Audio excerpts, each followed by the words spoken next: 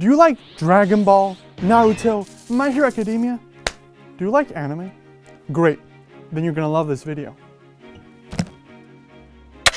Now let's get one thing straight. I'm not talking about the animation. I'm not talking about anime's amazing characters, the jaw-dropping scenes, or the narrative. Those are all videos for another day. I am talking about how the Japanese market manages to stay competitive in a US-dominated world. 91.5% of Japan's entertainment market is anime. You heard me right, 91.5%, with the rest being occupied by other stuff we don't care about. Now this is obviously because anime is the best medium to ever exist, bringing a lot of money to the bigwigs of Japan. But with all that anime out there, what's the process of bringing your series to life? Well, typically the shows we watch start off as source material, usually manga, but there are a few exceptions like light novels, anime originals, and visual novels, video games. At this point, an author has to pick a type of seed, meaning what genre do they want to build a story around. Now, the Land of the Rising Sun is pretty original in this regard.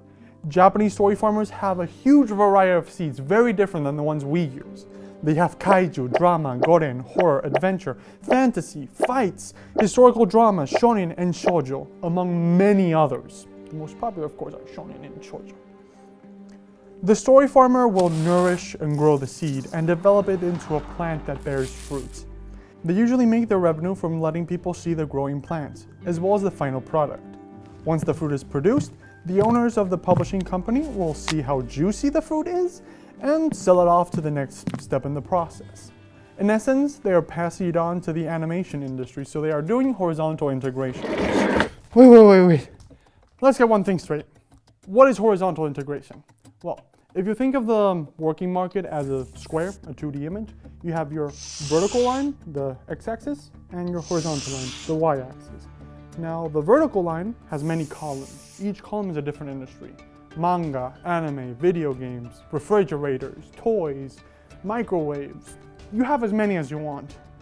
The horizontal line is different steps of production. So for the manga industry, we would have the writer, we would have the publisher, the distributor, and the exhibitor, which would be the stores or Amazon, wherever you buy your manga from. Now, the US is super vertically integrated.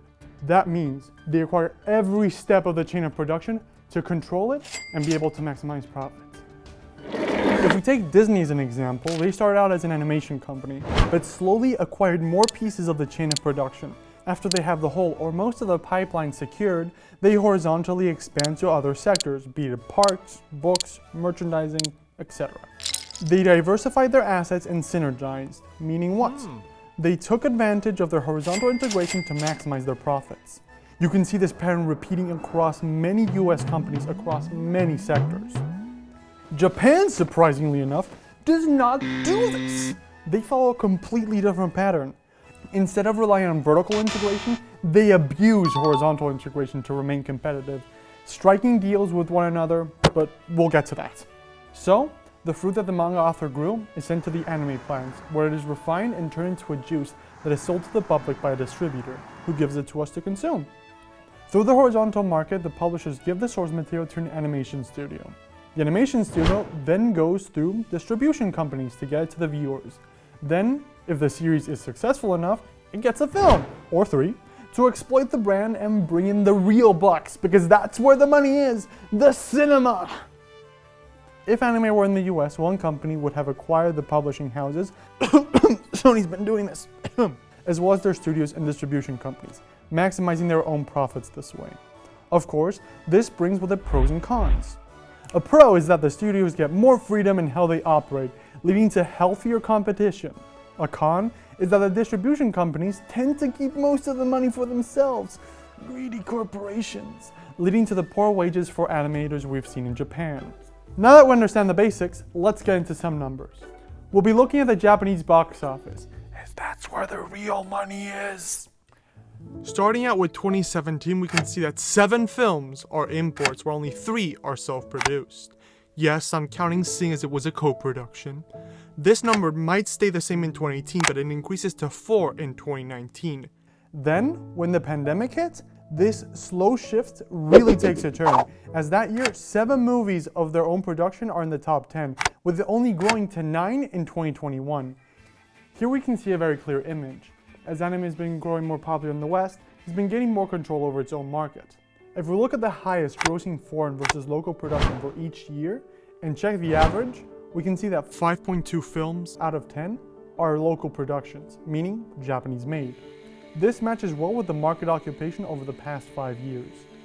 If we look at the numbers, Japan managed to keep a majority of its local market, with it being about 55% pre-pandemic.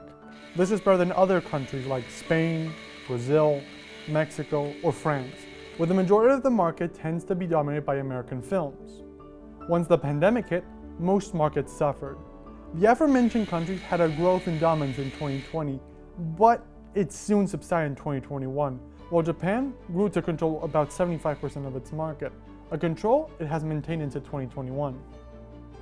This growth in power is only exemplified in their genius use of horizontal integration. As I mentioned before, Japan as a market is fairly unique in how it operates. Instead of utilizing vertical integration, they integrate horizontally, leading to many of the promotions we see online, be it figures of the anime characters, #1 songs that were used in anime, manga cafes, toys, back-to-school promotions, putting their characters on food, even putting them on random ads in detergent. I mean, I need myself some Levi detergent. That shit's gonna clean your clothes like Levi slays Titans. Japan positions itself uniquely with its stories. They aren't just cool, they aren't just powerful. They are Japan's strength.